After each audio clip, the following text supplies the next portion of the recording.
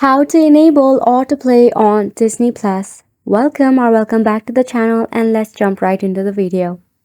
For this, launch a Disney Plus application. Make sure that your application is up to date and you are logged into a Disney Plus. To enable autoplay on Disney Plus, at the very bottom you will see a profile icon. Tap on it. In here you will see the option of Edit Profiles. Tap on Edit Profile.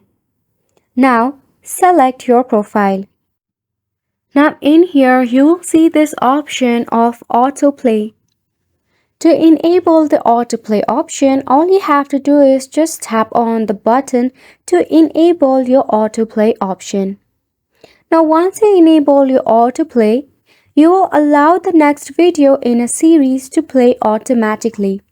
However, if you ever want to turn it back off, all you have to do is head to your edit profile again, then select your profile, and in this autoplay option, just toggle it back to the left hand side.